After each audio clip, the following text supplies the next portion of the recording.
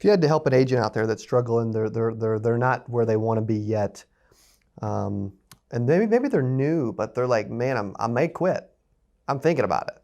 Like, I'm not making any money. What advice would you give them? We get a lot of YouTube comments. Dylan You'd have to find out and identify. Number one, you got to be honest with yourself, because if you're not being successful, it's either something you're missing personally or something you're missing in the support system. It's not you, because I firmly believe I could take anybody, and I mean anybody for the most part, unless you're a mean person or you have no integrity. Or extremely lazy.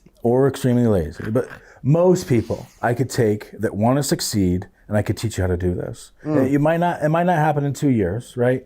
I would say the average person reaches success by year 3 or 4, where they're truly comfortable at that point, and they don't really feel like they need a whole bunch of support necessarily. I think it's about a 3 or 4 year learning curve. I believe for people that work with me or someone like me or have a system like that, you can shorten that learning curve to 18 months or less. 6 months with the right person. Yes. If you have the right mentality, you have the right ingredients, you have the right leadership to guide, what you need is a track. The reason I was able to do what I did was I got a head start on everybody because I spent a long time running an FMO agency as the sales director, as the recruiter. I went through every job. I went through status person. I ran quotes. I was the life guy. I was the under 65 guy for a while. And then I spent a long time as the major support for a lot of agents on Medicare Advantage. I had to put together programs on how to teach somebody how to sell the stuff. Yeah. And I'd never sold it before. I'd never been in the field. And so you have to have training. You have to have support. And number one, if you're relying on other people for training, that's your first mistake. So I took responsibility to train myself. When it was a Friday, I remember it like it was yesterday, my best friend was the Medicare guy at our agency. I was the under 65 and life guy. That friend of mine upset a person in the office and got himself fired. Ooh. So at 3 p.m. on a Friday, my boss came in and said, "You're the new Medicare expert. You need to know everything there is to know about Medicare by Monday." Woo. And so I went home and I studied Medicare like it was my job, because that was my new job. I had to have all the answers to every question someone could ask me. And so was I able to do it?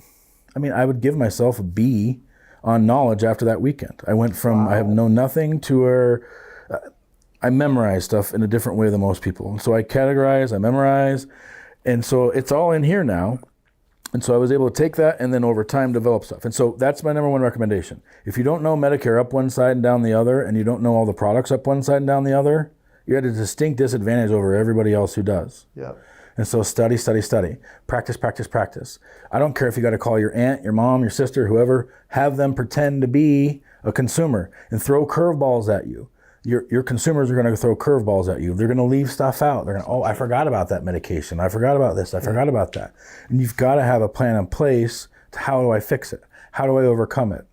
How do you overcome someone who cancels their policy? That's a question I ask a lot of people. And most people don't know what to do. Well, it's gone now. I don't ever let it go that easy. Yeah. You fight. Not necessarily fight. I don't think fight's the right word. I re-educate. Because 9 out of 10 times when someone changes their plan after I've helped them, it's because somebody has uneducated them or told them something different, or they saw a commercial or something. Something happened. That's good. And so my first, and you gotta do it compliantly. That's a nugget. So I'll send a letter, just basically, I don't know what happened. Being honest. Again, you just gotta communicate with the client, hope they reach out back. I would say half the clients I lose, I'll end up getting back the next AEP. That's amazing. With that tactic. So yeah, you want to have a plan, you want to have support, but yeah. You try. Most people just let them leave. You try to do your best to keep them. I didn't always. So for a long, long time, since I'm so hyper competitive, if I lost a client, I'd be like pissed off to the point where I would like think about sending them like a photocopy of me flipping them off. I mean, I've thought about crazy stuff. I've gone down weird roads and different things. Yeah. But in reality, once you come to terms with, it's not you. That's right. Sometimes it's misassociated. You'll get misassociated as you are the insurance company. I used to get mad at that. But after a little bit of self-analyzation, I realized It's my fault. It's not their fault. I didn't do a good enough job of explaining to them exactly my affiliation and creating the barrier that I am not the insurance company. I work with the insurance company to work for you. And so once I've gotten that digested, now moving forward, I have a lot less, I don't really have a lot of rapid disenrollments. I don't have a lot of leakage. I don't lose clients to other people very often. I can't say I never do. Most of the clients I lose, unfortunately, is to death. Wow. Which to me is the only acceptable. Yeah, that one's out of your control, I think. I hope so. How important is the pipeline, the marketing piece? Always have people to talk to, prospecting. If you take one day off, for me, with the way my pipeline works, if I take 1 day off or 2 days off, like yesterday and today, it's going to take me 3 weeks to catch back up. Wow. To get everything back to where it was. Half of the pipeline is organization. And so if you take your eye off the ball, it's like batting. If anyone who's played softball or baseball, if you closed your eyes during the pitch for even a millisecond, you lost the ball. You're going to strike out every time. You have to get lucky to hit at that point. Yes. And so that's the same analogy I can give you to the business pipeline is your level of business is determined by your pipeline. Your pipeline is determined by the work you did 6 months ago, 8 months ago, 2 years ago. I just got a call before we came in here from a client, from a friend who went to a meeting I did 3 years ago. So they got my card from someone else from a meeting I did 3 years ago. And so that's the kind of trickle down you can get if you're doing the pipeline thing at all times. And so for me, at this point, I think I wouldn't hit my goals, but I could easily survive off of referrals only. Yeah. I could only work referrals if I wanted to. And most agents, that's their goal. The problem with that goal is, with any referral source, it's always finite. There's always an end to that thing. Somehow, some way, the person's going to retire.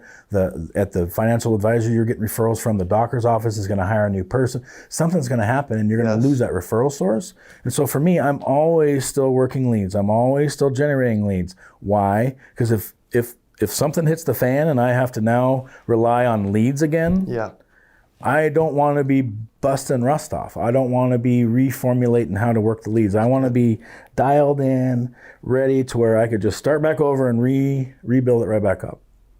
Working the leads, working the system, working you. I think those are the three things. Working. How many appointments do you run a week? 30 to 50. Non-AEP time. During AEP, more than that. Way more than that. That's awesome. 30 to 50 appointments a week. What would you say the key to doing that is if someone wants to ramp up to that level? And maybe they don't. Maybe that scares them to death. Maybe they don't even want to work that hard. Who knows? You've got to have a way to do that. So I have referrals. I have leads. I have leads from carriers, other lead opportunities from uplines. There's a lot of different stuff that you can do. I'd say it's up to you. I choose how hard I work. You choose how hard you work. You choose how hard you work. You choose how hard you work. That's right. And so it's really up to you. There opportunities there. Whatever state you're in, there's thousands a month that turn 65. I don't care which one it is. Sometimes it might even be hundreds a day in your area. What do you think about the person that complains about their area being the reason that they're not successful? I've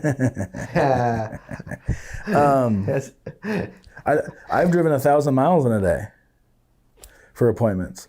We heard that recently. Someone's like, I can't do seminars in my area, so I just can't do them. Well, you can't. You can move. You could get in your car and drive 2 hours to the next town. You could, that's an excuse. You do virtual ones? You could do whatever you want. Yeah. You make two choices. You either make action or you make excuses. I love that. You pick. So I would say there's opportunity. It might not be in your backyard, but I don't live I live in Colorado, and I live 90 miles away from Denver. I live in the middle of nowhere in a town of 12,000 people. 12,000 people. So trust me when I say it's not my area that I'm working. Yeah. It's not. There's like 40 a month that turn 65 in my county. Even if I got them all, that's not enough for me. No, it's not. 40 a month times 12 is... Yeah, that's 480. That's less than 500. That's right. My AEP goal last year. That's right. And so that's not enough. Hey, if you enjoyed this, I got another one you're gonna love. It's right there. Click on it. See you in there. Dude, you have like a special energy about you that you, like, I'm telling you guys, you get to know this cat. I'm telling you, like, he from a relationship standpoint, personality standpoint, you're one of the easiest person